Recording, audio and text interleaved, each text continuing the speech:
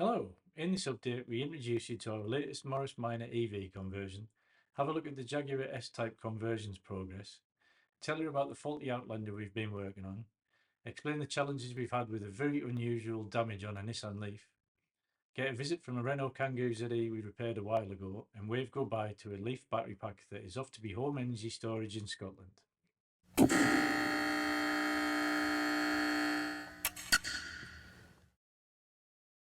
This wonderful Morris Minor two-door saloon has been in storage awaiting its turn to be converted to electric. We had it collected and brought to the workshop to have a Nissan Leaf motor installed along with Leaf batteries. As with all of our conversions that use the original gearbox, it will be getting a custom made billet aluminium adapter and coupler. But whilst that's being made, we've made a temporary spacer so that the motor and gearbox can be mounted into the car, allowing us to plan out the placement of the other components around it. We also 3D scanned the rear seat area to design an underseat battery box.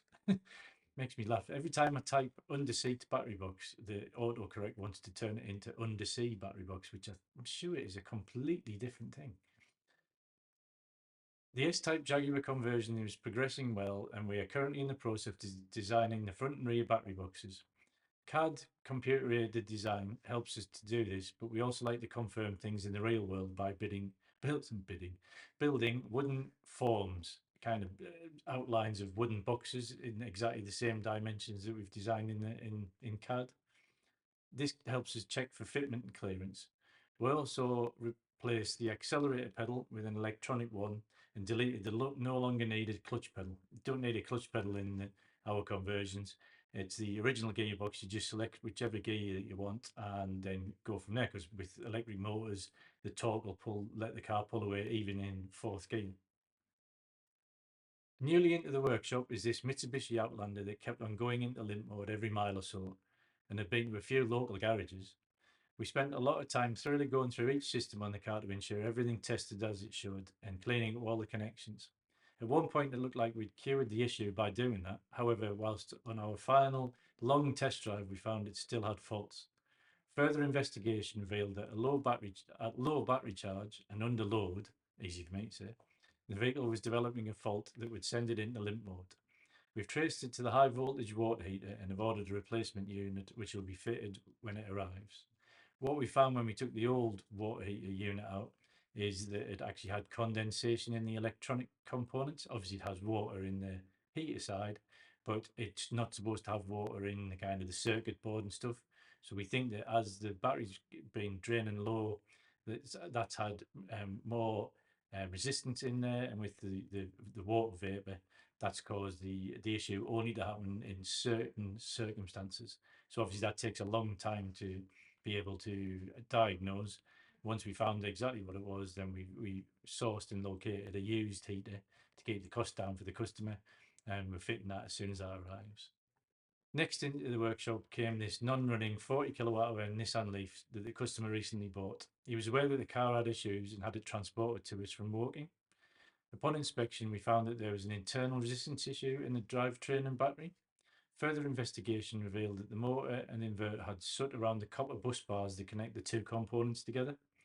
We also found that we were unable to get any data from the battery modules, although we could communicate with the battery management system, which was a good sign. That means that it wasn't completely dead.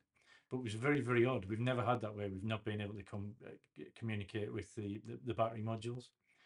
The customers decided to swap out the complete motor, the PDM, the inverter, and the motor all as one unit instead of investigating exactly what's happened with the motor. Whilst we wait for that, we've dropped the battery out of the car and opened it up.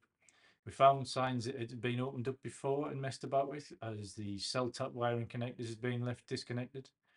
The main high voltage fuse had blown, and both of the contactors actually welded themselves shut. We've replaced the fuse and the contactors, and once the motor stack gets here, we'll build it all back up together and test everything to make sure everything's okay with it.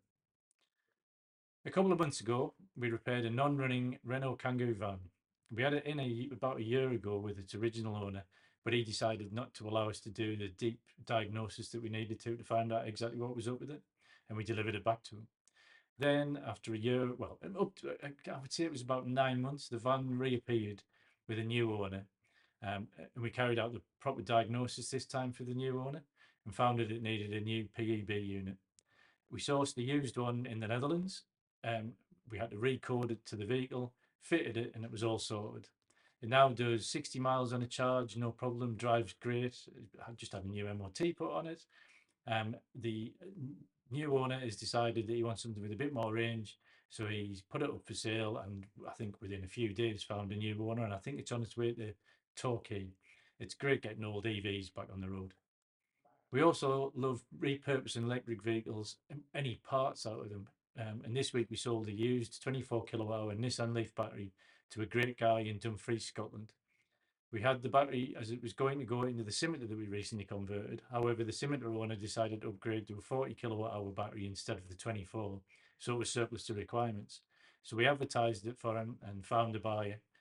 The battery buyer is planning on using it as energy storage for his solar panels, and also maybe back sometime in the future with a look to us converting his Land Rover to electric. Like, comment, and subscribe, and until next time, keep charging ahead.